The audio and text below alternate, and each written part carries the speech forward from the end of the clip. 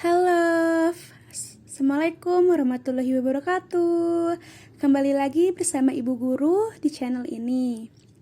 Hari ini, Ibu akan merangkum tentang pembelajaran IPA di tema 1 kelas 5 SD yang mencangkup rangka manusia, otot, dan sendi.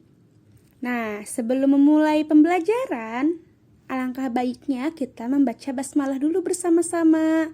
Bismillahirrohmanirrohim. Yuk kita mulai belajar. Alat gerak manusia terdiri dari tulang dan otot.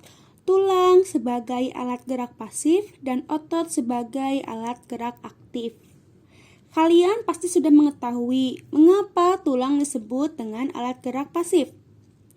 Karena tulang tidak dapat bergerak sendiri tanpa bantuan otot.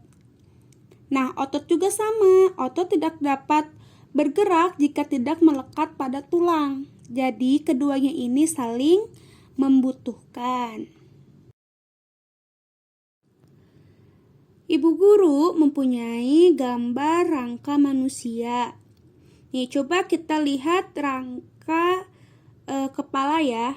Di situ ada ubun-ubun, ada tulang dahi, tulang mata, tulang hidung, rahang atas, rahang bawah, pelipis, dan kepala belakang. Kalian boleh mempraktekannya di rumah sambil menyentuh bagian-bagian tulang tersebut di kepala kalian ya. Selanjutnya, di dekat leher itu ada namanya tulang selangka. Lalu yang melingkari ketiak kali itu tulang belikat.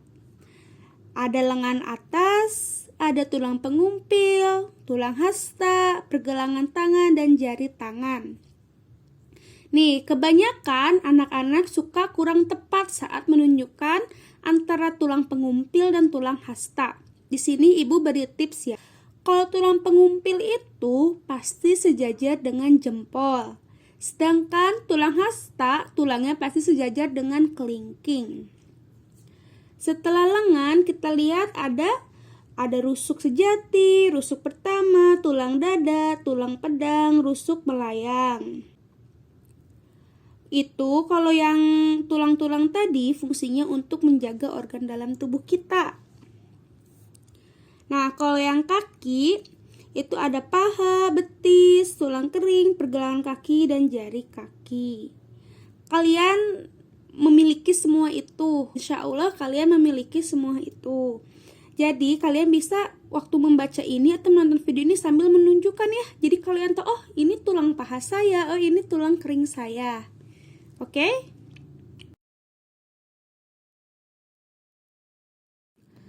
Fungsi rangka manusia. Di sini ibu menuliskan ada 4 ya. Yang pertama, memberi bentuk pada tubuh. Yang kedua, sebagai alat gerak pasif dan tempat melekatnya otot. Yang ketiga, sebagai penompang tubuh. Dan yang keempat, tempat pembentukan sel darah. Sebetulnya masih banyak lagi fungsi rangka. Ibu guru minta kalian menulisnya di buku kalian lebih lengkap ya. Mungkin tadi seperti ibu sebutkan untuk tempat melindungi organ-organ tubuh, dan lain-lain.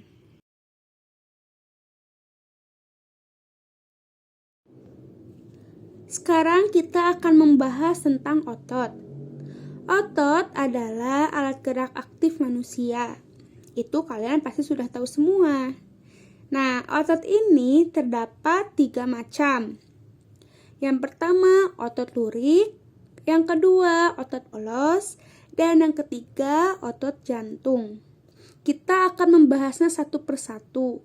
Nah, yang pertama akan kita bahas namanya otot lurik. Sambil mendengarkan penjelasan ibu, kalian bisa perhatikan gambarnya ya. Otot lurik adalah otot-otot yang melekat pada rangka dan dapat menggerakkan rangka. Contohnya, otot pada lengan dan kaki. Ciri-ciri otot lurik yang pertama, membentuknya silindris memanjang. Yang kedua, tampak adanya garis-garis melintang yang tersusun seperti daerah gelap dan terang secara berselang-seling atau lurik. Yang ketiga, mempunyai banyak inti sel. Yang keempat, cepat lelah. Dan yang kelima, bekerja di bawah kesadaran, artinya menurut perintah otak. Oleh karena itu, otot lurik disebut sebagai otot sadar. Contohnya begini, misalkan kalian akan menulis atau mengangkat suatu barang. Otak kalian otomatis memberikan perintah kepada otot lurik untuk bergerak. Nah, sedangkan saat kalian sedang tidur ataupun tidak melakukan apa-apa, otot lurik pun tidak bekerja. Jadi, otot lurik itu otot yang dapat kita kontrol atau kendalikan.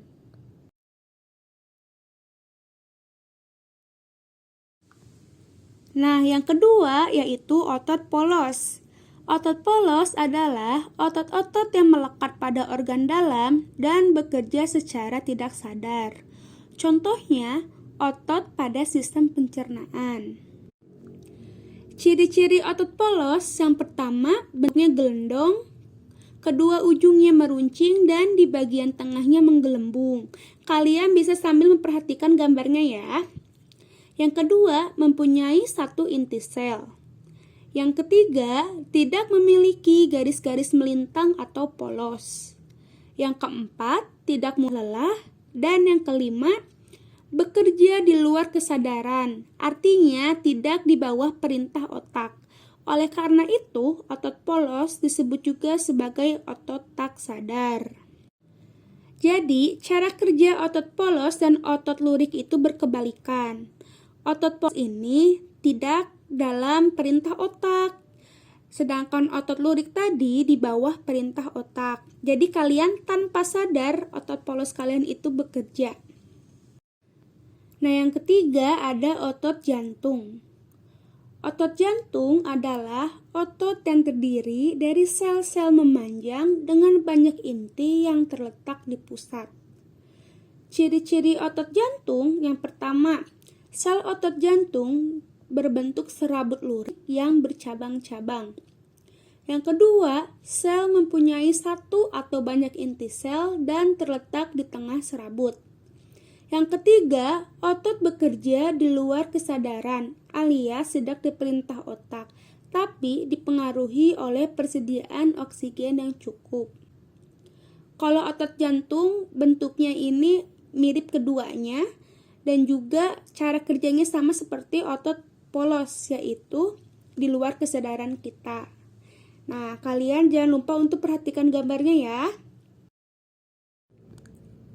Setelah mempelajari tentang otot, kita akan belajar tentang sendi. Sendi merupakan tempat dua tulang bertemu atau bisa kita sebut dengan penghubung antar tulang. Macam-macam sendi. Ibu di sini akan menjelaskan satu persatu tentang sendi. Sendi yang pertama yang akan kita bahas yaitu sendi engsel. Sendi engsel merupakan hubungan antar tulang yang menghasilkan gerak satu arah. Contohnya ialah lutut dan sikut. Sendi engsel ini menghubungkan tulang paha dan tulang kering pada lutut, tulang lengan atas dan tulang hasta pada sikut, yang menyebabkan keduanya dapat menggerakkan ke satu arah atau dapat bergerak secara satu arah. Contohnya, kalau di lutut, kalian pasti jadi dapat bergerak atau berjalan. Nah, yang di sikut, kalian dapat menekuk tangan kalian untuk mengambil barang atau pekerjaan lainnya. Yang kedua, ada sendi putar. Sendi putar ialah hubungan antar tulang yang memungkinkan gerakan tulang yang satu mengelilingi tulang lainnya sebagai poros. Contohnya adalah persendian tulang tengkorak dan tulang atlas serta persendian tulang hasta dan tulang pengumpil. Jadi di sini kalian dapat menggerakkannya secara memutar seperti kepala kalian jika sedang olahraga. Itu namanya sendi putar. Yang ketiga ada sendi peluru. Sendi peluru ialah hubungan antara dua tulang yang memungkinkan terjadinya gerakan ke segala arah. Contoh sendi peluru adalah antara tulang belikat dan lengan atas, tulang pinggul, dan tulang paha. Yang terakhir ada sendi pelana. Sendi ini mampu bergerak ke samping dan ke depan atau membuat gerakan dua arah. Contoh sendi pelana adalah sendi di tulang pangkal ibu jari antara pergelangan tangan dan tulang ibu jari. Sekian pembahasan hari ini tentang materi IPA di tema 1 kelas 5 SD. Sebelum mengakhiri video ini, Ibu memiliki pesan untuk kalian, yaitu berdoa saja tidak cukup untuk membuatmu pintar. Belajar saja tanpa berdoa pun akan sia-sia. Lakukan keduanya, belajar dan berdoa, karena belajar itu ibadah. Nah, cukup sekian pembelajaran hari ini. Semoga kita semua dapat mengambil manfaat dari ilmu yang telah kita pelajari. Sebelum menutup video ini, mari kita membaca hamdalah bersama-sama. Alhamdulillahirobbil alamin. Sampai jumpa lagi. Terima kasih. Thank you bagi yang sudah menonton video ini. Semoga bermanfaat.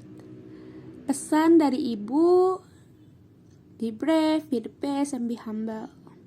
Sampai jumpa lagi di video selanjutnya. Bye.